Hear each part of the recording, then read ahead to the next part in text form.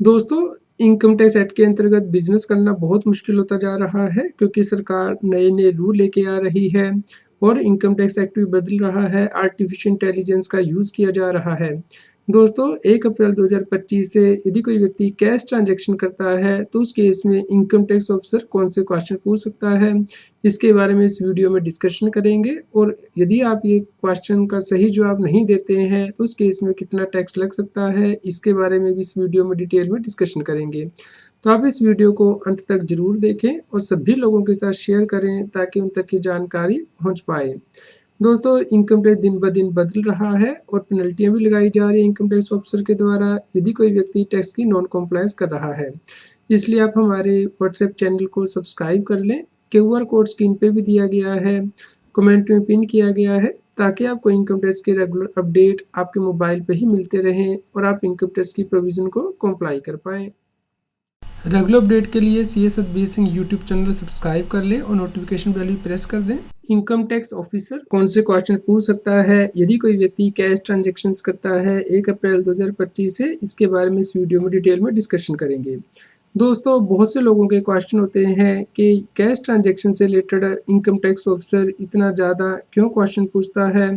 दोस्तों, इसके बहुत से रीज़न होते हैं। सबसे पहले है कि गवर्नमेंट का टारगेट रहता है कि जो लोग टैक्स की चोरी करते हैं उसे रोका जा सके, क्योंकि कैश में बहुत ज़्यादा चोरी की जाती है लोगों के द्वारा, क्योंकि इसके फुटप्रिंट को ट्रेस नहीं किया जा सकता है कि किस व्यक्ति ने कितनी इनकम कमाई है। हो सकता है कि उसने कैश में सेल ज़्यादा की हो लेकिन वो इनकम टैक्स रिटर्न में कम रिपोर्ट करे, तो टैक्स की चोरी को रोकना एक मकसद है। दूसरा, ब्लैक मनी को निकालना एक मकसद होता है, क्योंकि बहुत से लोग जो प्रॉपर्टी है किसी दूसरे व्यक्ति के नाम से खरीद लेते हैं, ब्लैक मनी में डील करते हैं, यानी कि जो व्हाइट में रजिस्ट्री है, मान लीजिए किसी प्रॉपर्टी की कम में कराते हैं जबकि कैश में पैसा उसका दे देते हैं। तो इस प्रकार की ब्लैक मनी को निकालना, इसके अलावा मनी लॉन्ड्रिंग जैसी एक्टिविटी को रोकना भी सरकार का मकसद होता है और टैक्स लॉ की कॉम्प्लायंस करना, जैसे कि टीडीएस, टीसीएस की प्रोविज़न्स को कॉम्प्लाई करना, जीएसटी की कॉम्प्लायंस करना, क्योंकि जो व्यक्ति कैश में डील करते हैं वो नॉर्मली इस प्रकार की नॉन कॉम्प्लायंस करते हैं कि वो टीडीएस ही जमा नहीं करते कि ट्रांज़ैक्शन के ऊपर। तो इसीलिए सरकार के द्वारा कैश ट्रांज़ैक्शन के ऊपर बहुत ज़्यादा कड़ी नज़र रखी जाएगी। इसके अलावा इन्वेस्टिगेशन के दौरान भी इनकम टैक्स ऑफिसर को एविडेंस गैदर करने होते हैं, जैसे कि इन्वेस्टिगेशन विंग के पास ये खबर है कि व्यक्ति की बहुत ज़्यादा सेल हो रही है, लेकिन वो इनकम टैक्स रिटर्न नहीं फाइल कर रहा या कम करके फाइल कर रहा है, अपनी इनकम कम दिखा रहा है। तो इन सभी रीज़न की वजह से इन्वेस्टिगेशन की जाती है इनकम टैक्स डिपार्टमेंट के द्वारा।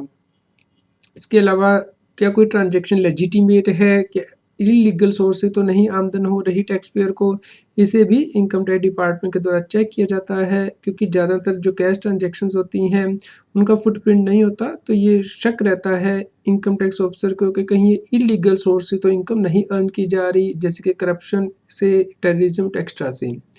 इसके अलावा सरकार का ये मकसद है कि डिजिटल ट्रांज़ैक्शन को ज़्यादा से ज़्यादा प्रमोट किया जाए इंडिया में, तो इसी के लिए कैश ट्रांज़ैक्शन के ऊपर ख़ास नज़र रहेगी इनकम टैक्स डिपार्टमेंट की। तो चलिए दोस्तों, समझते हैं कि यदि कैश में ट्रांज़ैक्शन की जाती हैं, तो उस केस में इनकम टैक्स डिपार्टमेंट के द्वारा कौन से क्वेश्चन पूछे जाएँगे। दोस्तों, सबसे पहले तो सोर्स ऑफ फंड से रिलेटेड क्वेश्चन पूछे जाएँगे, यानी कि जो आपने कैश जमा किया है बैंक में या फिर विथड्रॉ किया है बैंक से, उसके सोर्स क्या है? आपके पास पैसा कहाँ से आया? इसके अलावा आपको डॉक्यूमेंट भी प्रोवाइड करने होंगे कि जो भी आपने कैश जमा किया है या निकाला है, उसे आपने कहाँ से लिया है, कहाँ पे यूज़ किया है। जैसे कि आपने कोई सेल की है, तो उसके बिल आपसे माँगे जा सकते हैं, या फिर आपने कोई प्रॉपर्टी खरीदी है, तो उसके डॉक्यूमेंट माँगे जाएँगे।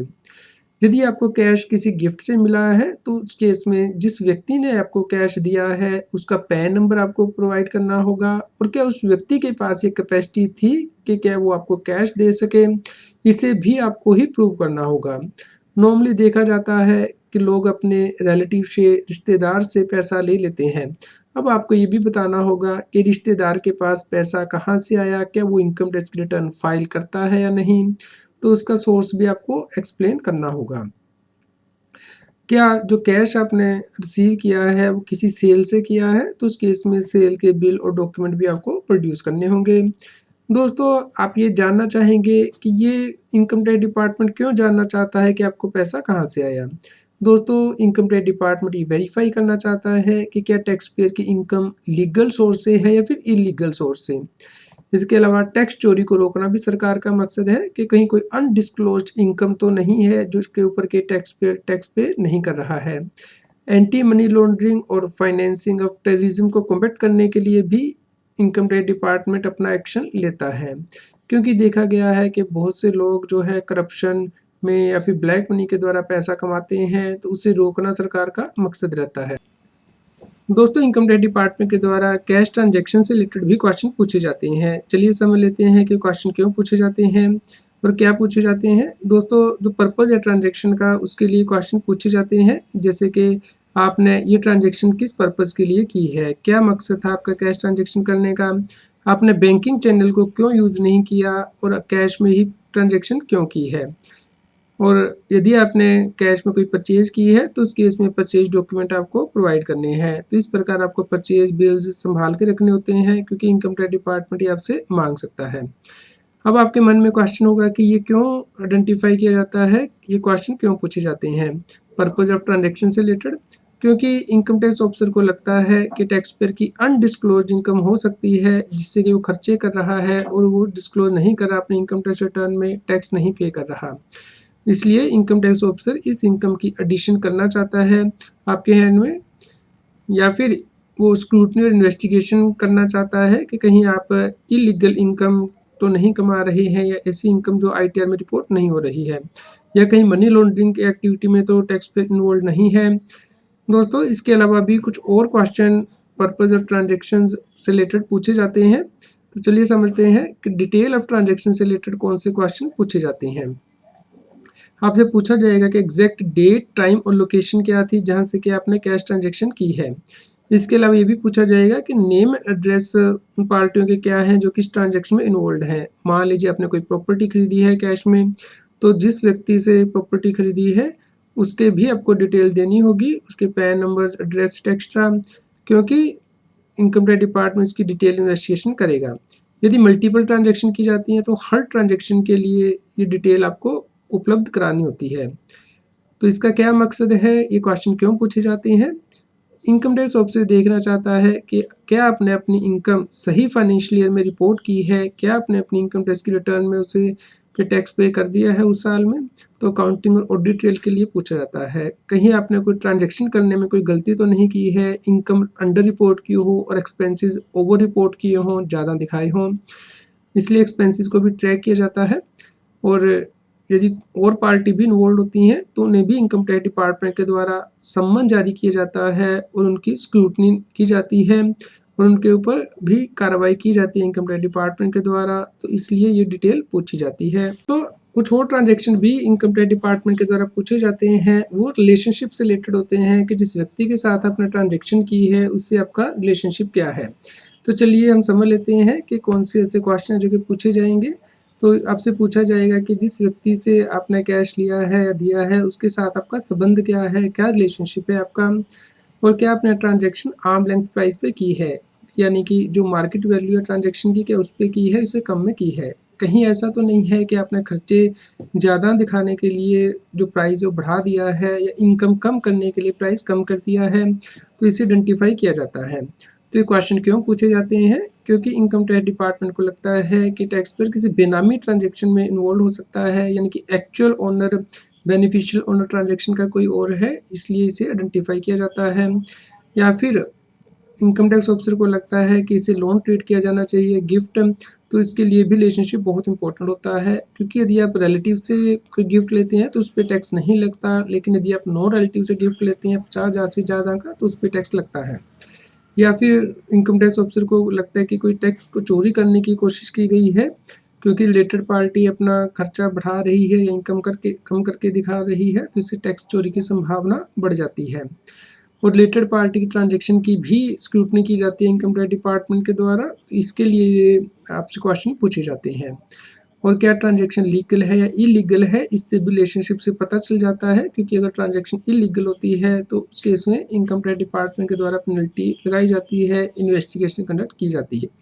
दोस्तों कंप्लायंस से रिलेटेड भी क्वेश्चन इनकम टैक्स डिपार्टमेंट के द्वारा पूछे जाते हैं कि क्या आपने इनकम टैक्स रिटर्न से रिलेटेड कंप्लायंस की है। चलिए हम इन क्वेश्चन को समझ लेते हैं। तो आपसे पूछा जाएगा कि क्या आपको इनकम टैक्स एक्ट के सेक्शन 269 एसटी के बारे में पता है? यानी कि आप 2 लाख रुपए या फिर उससे ज़्यादा का अमाउंट कैश में नहीं ले सकते हैं। क्या आपने अपनी इनकम टैक्स की रिटर्न रेगुलरली फाइल की है? क्या आपने कैश ट्रांजैक्शन से रिलेटेड सभी रिकॉर्ड मेंटेन किए हैं? तो इनका मकसद क्या है? इसके द्वारा इनकम टैक्स ऑफिसर ये जानना चाहता है कि कहीं कोई आपकी अनएक्सप्लेन्ड इनकम तो नहीं है, आपने इनकम टैक्स को वायलेट किया है, इसलिए हाई रेट से टैक्सेशन लगाया जाएगा, यानी कि 60% अनडिस्क्लोज्ड इनकम पे टैक्स लगाया जाता है, plus 25% surcharge, education cess and 10% penalty. तो इन सभी के लिए ये कंप्लायंस इंश्योर की जाती है और फर्दर इन्वेस्टिगेशन स्क्रूटनी भी टैक्स पेयर की जाती है कि कहीं पुराने सालों में भी ये प्रैक्टिस तो नहीं जारी की जा रही है कि कैश में ही ट्रांजेक्शन हो रही है। तो उस केस में पुराने केस भी ओपन किए जा सकते हैं इनकम टैक्स ऑफिसर के द्वारा। और लीगल एक्शन जैसे कि प्रोसिक्यूशन किया जा सकता है, मुकदमा चलाया जा सकता है, टैक्स पेयर को जेल भी की जा सकती है यदि वो इलीगल ट्रांजेक्शन्स करता है या इनकम टैक्स एक्ट को अगेंस्ट ट्रांजेक्शन करता है। दोस्तों बिजनेसमैन को भी बहुत ध्यान रखना है क्योंकि बिजनेसमैन से भी क्वेश्चन पूछे जाते हैं क्योंकि बहुत सी ट्रांजेक्शन कैश में करता है, जैसे कि वो कैश टर्नओवर करता है तो उससे पूछा जाएगा कि आप एक साल में कितनी कैश में टर्नओवर करते हैं, क्या आप अपनी बुक्स ऑफ अकाउंट को कैश के साथ मैच करते हैं, बिल आपने कितने रेज किए हैं और आपको कैश एक्सपेंस की डिटेल भी प्रोवाइड करने के लिए कहा जाएगा। तो ये क्वेश्चन क्यों पूछे जाते हैं? क्योंकि आपकी इनकम और एक्सपेंसेस को इनकम टैक्स ऑफिसर वेरीफाई करना चाहता है, ये इंश्योर करना चाहता है कि क्या टैक्स पेयर ने टीडीएस काटा है या नहीं, क्या जीएसटी रजिस्ट्रेशन नंबर लिया है या नहीं, एडवांस टैक्स टाइमली पे किया है या नहीं। तो इन सब को डिटेल में चेक किया जाता है और अगर कोई फ्रॉड या इलीगल एक्टिविटी है तो उसके अगेंस्ट कार्रवाई की जाती है। और ऑडिटिंग और इन्वेस्टिगेशन के पर्पज़ के लिए भी ये क्वेश्चन बहुत इंपॉर्टेंट हो जाते हैं इनकम टैक्स ऑफिसर के लिए। दोस्तों समझ लेते हैं कि अगर कोई अनएक्सप्लेन्ड इनकम होती है तो उसके ऊपर टैक्स कैसे लगता है। मान लीजिए आप कैश 15 लाख का जमा किया बैंक में जो कि आप एक्सप्लेन नहीं कर पा रहे हैं या आपकी बुक्स में कैश मिला है जो पता नहीं लग रहा कहाँ से आया है, तो उस केस में टैक्स 60% लगेगा, नॉर्मल स्लैब रेट से टैक्स नहीं लगेगा। तो 60% टैक्स प्लस 25% इसके ऊपर सरचार्ज आपको पे करना है, जो टोटल अमाउंट आ जाएगा उसके ऊपर 4% एजुकेशन सेस लगेगा। तो जब आप इन तीनों को टोटल कर देंगे तो उसके बाद 10% पेनल्टी भी लगेगी। दोस्तों जो पेनल्टी लगेगी वो टैक्स के ऊपर लगेगी, जो आपका ये 60% टैक्स है उसके ऊपर 10% पेनल्टी। तो इस प्रकार यहाँ पे इतना टैक्स जो है वो लगाया जा सकता है इनकम टैक्स ऑफिसर के द्वारा। और प्रोसिक्यूशन की प्रोसीडिंग यानी कि मुकदमेबाजी की प्रोसीडिंग जो है वो अलग से स्टार्ट की जाएंगी इनकम टैक्स डिपार्टमेंट के द्वारा यदि कोई ट्रांजेक्शन अनएक्सप्लेन्ड रहती है। दोस्तों आज के ज़माने में जानकारी ही बचाव है, इसलिए आप इनकम टैक्स की नई प्रोविज़न से अवगत रहें, कैश में ट्रांजैक्शन कम से कम करें और यदि करते हैं तो उसके लिए पूरा रिकॉर्ड मेंटेन करके रखें ताकि आपको बाद में इनकम टैक्स डिपार्टमेंट से कोई पेनल्टी ना लगाई जाए। यदि आपको कोई क्वेश्चन हो तो आप हमें कमेंट करके ज़रूर बताएं, कृपया लाइक करें और शेयर करें ताकि सभी लोगों तक ये जानकारी पहुँच पाए और वो इनकम टैक्स की कंप्लायंस कर पाएँ। इनकम टैक्स की और अधिक जानकारी के लिए आप CS अदबी सिंह यूट्यूब चैनल पर जाके प्लेलिस्ट में जाके टॉपिक वाइज प्लेलिस्ट देख सकते हैं कि इनकम टैक्स में कौन से नए बदलाव हो रहे हैं, जैसे कि इनकम टैक्स अपडेट के अंतर्गत या फिर डायरेक्ट टैक्स कोड के अंतर्गत। रेगुलर टैक्स अपडेट के लिए इस चैनल को सब्सक्राइब करें। आप हमें टेलीग्राम ऐप CS अदबी सिंह टैक्स हिल पर ज्वाइन कर सकते हैं ताकि आप GST और इनकम टैक्स के रेगुलर अपडेट अपने मोबाइल पर ही प्राप्त कर सकें।